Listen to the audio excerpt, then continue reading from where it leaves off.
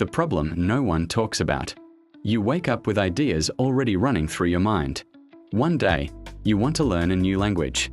The next, you're obsessed with philosophy. Then suddenly, you want to start a business, create content, master music, study psychology, explore history, travel the world, understand how money works, how the mind works, how life works. And the strangest part? None of these interests are shallow. They feel real. They feel important. They feel like pieces of who you are. But slowly, something uncomfortable starts to happen. You begin many things. You finish very few. Projects stay half-built. Books stay half-read. Dreams stay half-lived. And without realizing it, a quiet thought appears in your mind. Why can't I just focus on one thing like everyone else? This question hurts more than people admit. Because society praises focus, specialization, one clear path, one clear identity. What do you do? Who are you? What's your main thing? But what if the real problem isn't a lack of focus? What if the problem is that one life feels too small for everything you're interested in? Most people are taught that having many interests is a weakness, a sign of distraction, a lack of discipline. But for some minds, it's not chaos. It's overflow, an overflow of curiosity, an overflow of energy, an overflow of questions that refuse to stay quiet. These people don't lack motivation. They lack a system that understands them. Instead, they're told to pick one thing and stick to it, as if choosing means killing everything else. And so they try. They force themselves into a single lane. They suppress the other interests. They ignore the other callings. But those interests don't disappear. They wait. They resurface at night, in moments of silence, in moments of boredom, in moments of regret. And that's when another dangerous thought appears. Maybe I'm broken. But here's the truth no one tells you. Some people are not meant to live a straight line life. Some minds are built like intersections, not highways. You're not unfocused. You're multi-dimensional. The real tragedy isn't having many interests.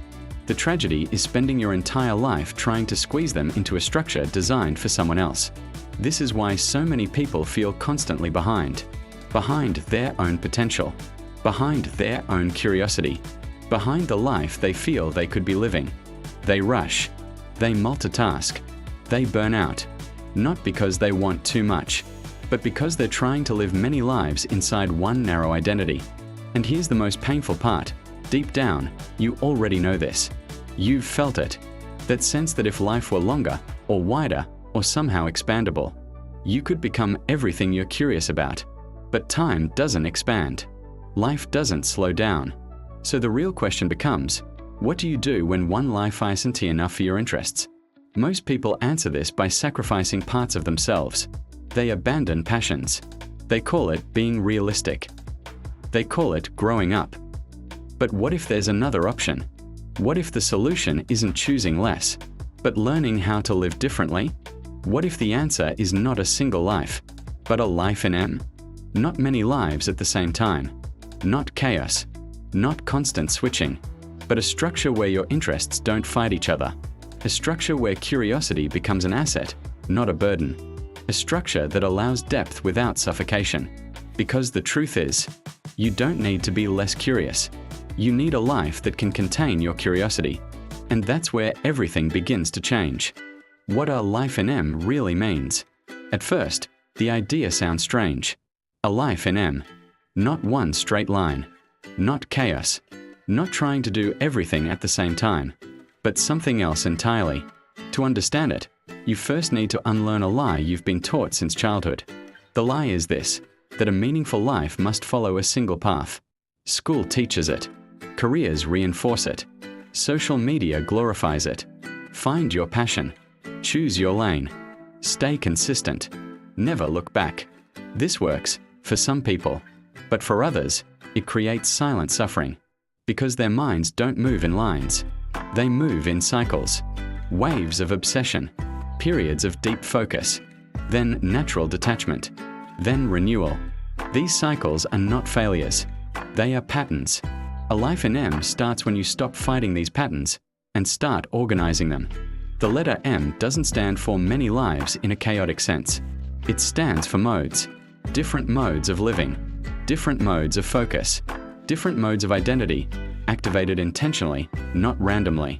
Most people live in one permanent mode, one role, one identity, one mental posture.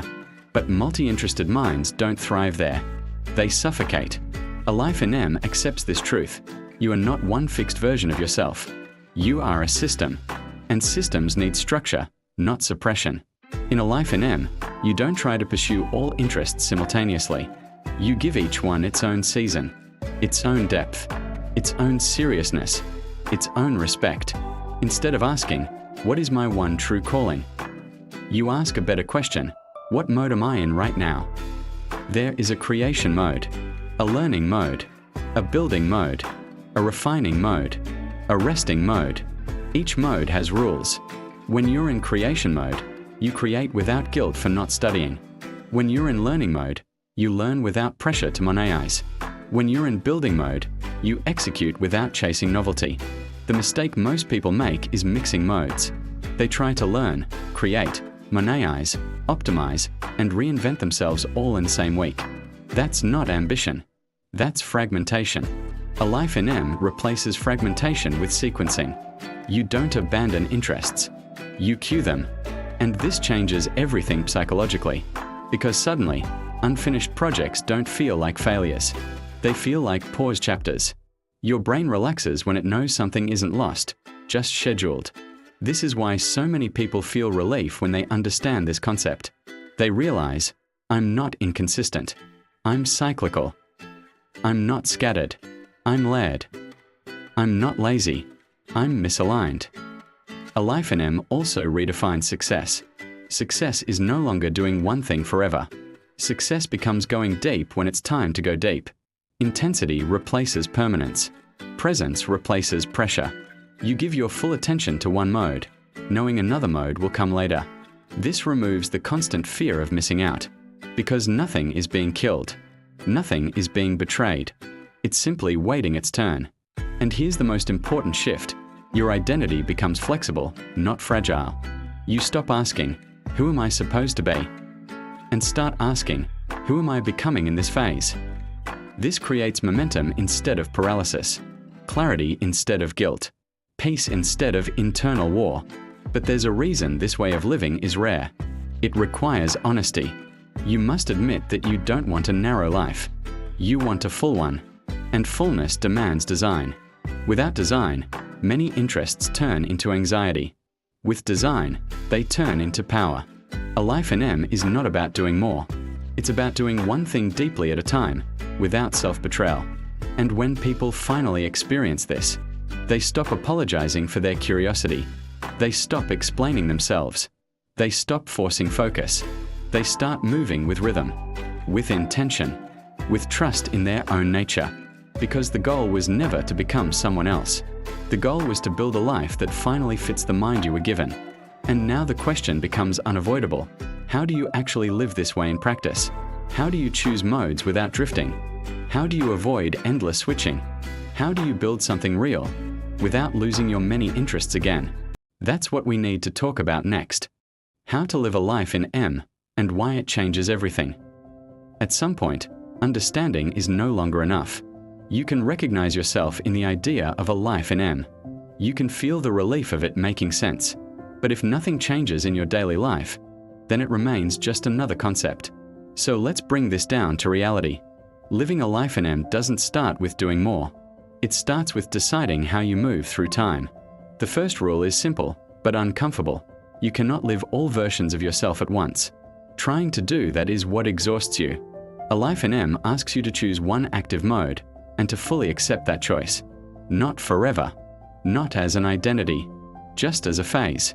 This removes the constant background noise in your mind. When everything is allowed later, you can finally focus now. The second rule is depth. When a mode is active, you go deep. You don't flirt with 10 ideas. You commit to one direction inside that mode. Depth is what turns curiosity into results. Not speed. Not volume. Depth. This is where many people break the pattern of endless beginnings. Because depth requires patience, and patience is only possible when guilt is gone. The third rule is closure. Every mode must end intentionally. not with burnout, not with abandonment. With a conscious decision, this phase gave me what it could. Closure creates psychological freedom. Without it, your mind stays open-looped, constantly pulling you backward. With it, you move forward lighter. And here is something few people talk about. A life in M doesn't make you slower. It makes you calmer. Calm creates clarity. Clarity creates quality. Quality compounds. Over time, something surprising happens. Your interests begin to connect. Skills from one mode feed another. Insights overlap. Your life stops feeling fragmented. You're no longer many disconnected versions of yourself. You're one person, moving through different expressions.